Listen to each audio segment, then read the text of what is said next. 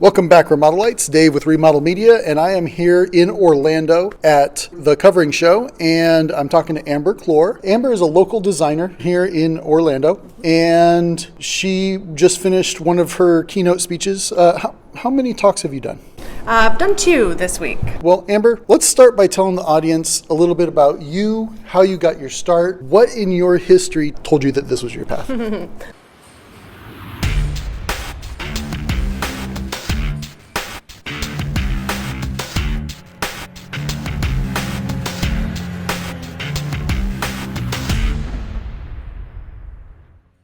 That's a really great question. I think designers get that asked a lot. You know, how did you come to this, industry, even to know what interior design is?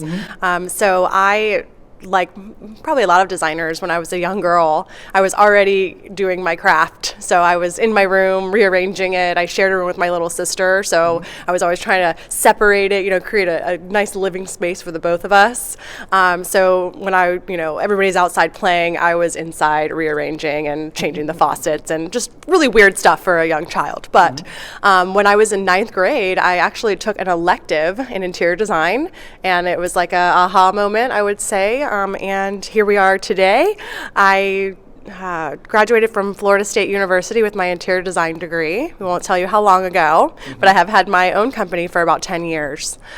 We do predominantly residential, a little bit of commercial interior design. I'm a licensed interior designer, so that's why we can practice in the commercial realm to know health, safety, and the well-being of a space and people using the spaces. My firm is in downtown Sanford. It's a historic district, one of the oldest cities here in Orlando. And when I say we, I have a team of designers that work at my firm, and we just help clients from a simple paint color to a complete, drop down, drag out remodel if necessary. Talk to me a little bit about your early years. What was your first ever design job or job within the construction industry? Yeah, great question. So my first job out of college was for Westgate Resorts. I did timeshare design. I really loved that, but I really found my heart when I started working directly with clients, the end user being somebody who was wanting to enhance their home, their family's well-being. So that's where I would say about 10 years ago when I started my company is really where I honed in on. My very first project was very exciting. I got a random cold call, if you will, from a very nice woman asking, she was looking for a new designer, somebody up and coming, wanted to support local, wanted to support a woman-owned business, and that was actually the former coach of the Magic, Stan Van Gundy. So that was my very first project. Very exciting. It was very exciting. Kind of put my name out there. They were really fun. Had some bright, vivid, vibrant colors. So that's where the vibrant evolutionary design firm concept came from, because we really liked to introduce fun colors into our designs. Awesome. Now, as we've been walking around the show, now you and I walked around the last couple of days with the press tour. What was one of the most striking things that you've seen? I mean, we've seen a lot of great things, so it's probably hard to pick one, but what's something that you're going to take this back to your design firm, I'm going to use this? That's a really great question. You're so right. There are so many great things, and I know in the presentation I had showed you an example. I saw a really cool floating burner from Coverings 2 years ago that I just knew I had to use in a project. Really, you're so right. It's hard to pick. There's so much beautiful product down on the showroom floor. I'm really loving what they're calling the XXL tiles. So, big tiles have been trending, if you will, for a couple of years now, but now we're just seeing them in like jumbo sizes. I think somebody mentioned there's like a 15-foot, piece of porcelain out there. I'm like, I need to see that. Yeah, a tile that's the size of a slab. Correct. Yeah. So we're using those on countertops and, as front facades and not having any grout lines. So I think those things are really, trending in a sense of what we're seeing in design. Color-wise, earth tones were all over the place. I think we have been in this land of whites and grays, and that's not going away. It's just being a little bit warmed up a little bit. So taking all these colors that we have from nature and pulling those into the designs and into the products, we're really seeing that trending a lot down there as well. Yes, absolutely. When I first started in this industry, oil rub bronze was the thing. And every bathroom in Rancho Santa Fe, which is an area of San Diego County, had biscuit fixtures and oil rub bronze faucets. And people told me, oh, oil rub bronze, it's going to fade, or it's going to, and I would say it's shifted. It's no longer number one, but I still get customers that request it and order it because they like it. So yeah, things come and things go. And when it comes to earth tones, replacing the grays that we've been seeing for the last several years, I think you hit the nail on the head. It's not going away. It's just not number one now. Right. Tell me a story about your number one either influence or guru who kind of adopted you, because everybody has somebody in their past that's adopted them into the industry. Tell me a story about that. Yeah, I probably don't have one specific person that I could bring out. Of course, I have my favorite designers. Kelly Hoppin's one of my favorite designers. I love.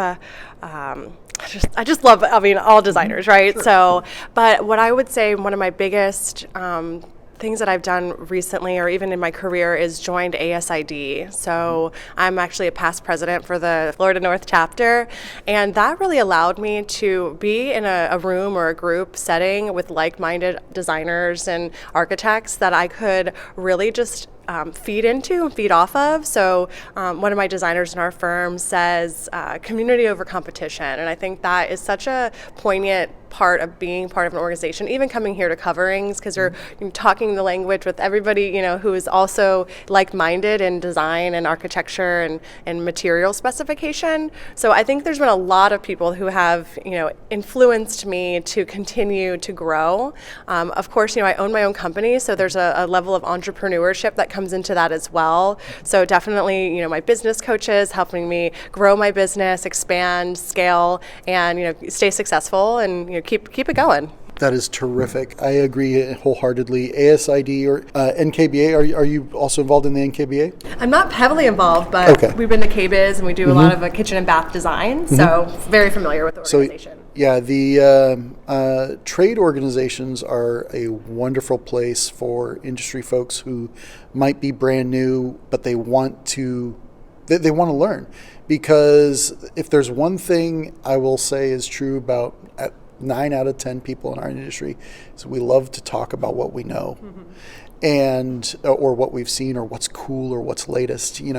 So absolutely. What is one of the resources that you turn to most frequently that folks at home might have access to? What are there some popular websites, or where do you get your inspiration?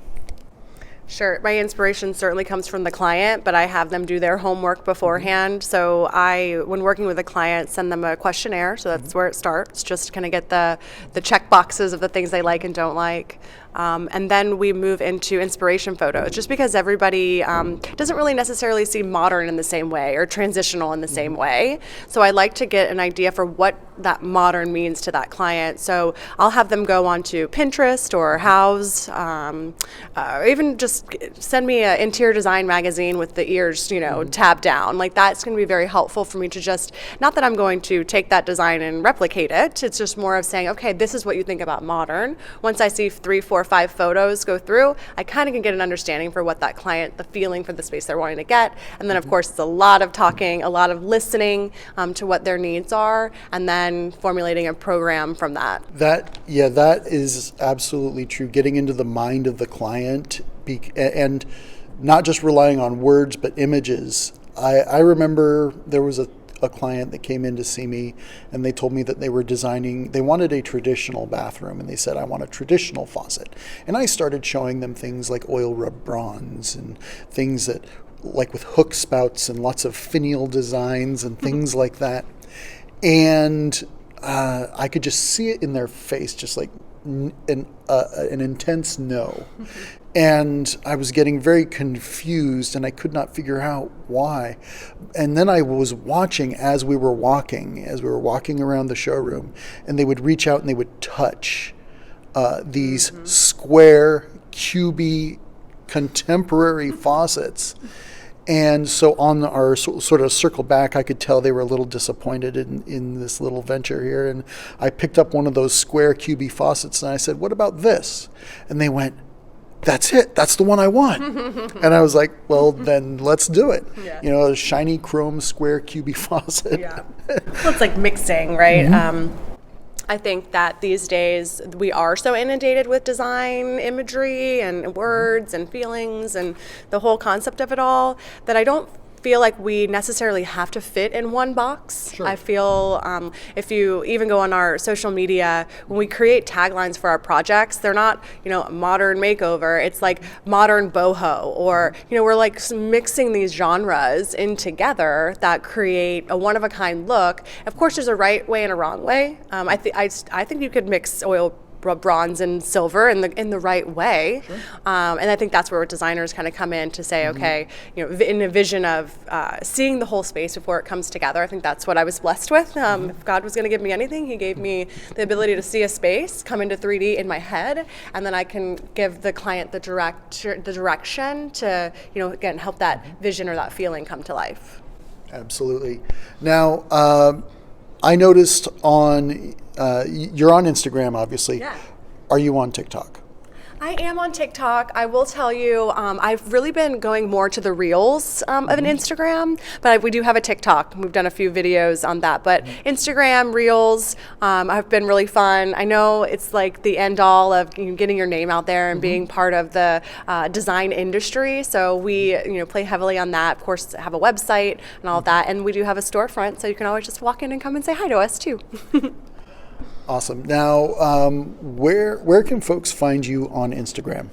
Sure. So we have an Instagram. It's at @acloreinteriors.com, at @acloreinteriors.com if you want to go to the website. And then I have a personal Instagram at Design Nymph, DESIGNYMPH. It's a design fairy. So yeah, there's two ways that you can connect, and you can get to either one through both platforms. And I've got designers in my firm that also have amazing Instagrams and Pinterest boards with inspiration too. So we come a full team of creativity, fun, youthfulness, all of the things that we provide for our clients. You mentioned that you've been coming to coverings since the beginning? I wouldn't say the beginning. Okay. My first covering show was in 2019. I was nominated by one of my staff to be a rock star. So I'm a former coverings rock star. And then when the show was back here in Orlando, I was on the influencer team, the press group again going around. So this is my third time being asked to come back and be involved. And I love any trade show, but covering specifically because it really is what we're touching and seeing and specifying in our projects for at least hard surfaces. So it's a great way for me to see what's new, what's innovative, what's updated. I love that there's a installation area where you can see how things are made. I think having a little bit of a one-up on my installers when I'm going, oh, is that a bevel edge? Or, kind of giving them the knowledge that I'm learning here too, just helps it be a better relationship as we move forward and helps the client at the end of the day. Absolutely. Some of the best designers that I've worked with in the past have a full scope of knowledge of the entire project. I have a friend who he has a cabinet shop out in Southern California, Richard Faucet. And people say, "Oh, you're a designer." He says, "Well, yes, but I'm not a drapes and doilies designer." He says, "I will help you lay out your space. I will help you pick out materials. I will help you do this and that and the other." But if even the term interior designer sometimes can mean a lot of different things to a lot of different people. Sure. So it's good to have a designer that has not just the eye for the color and stuff like that, but the technical expertise to know what you physically can put together or how to put things together. Right. Can you think of a project that went horribly incorrect? Yes, I can. Well, it's funny because I always tell my clients before we even start, like, something will happen. Mm-hmm. It's going to happen, and all we do is we pride ourselves in the solutions to the problems. Mm-hmm. So.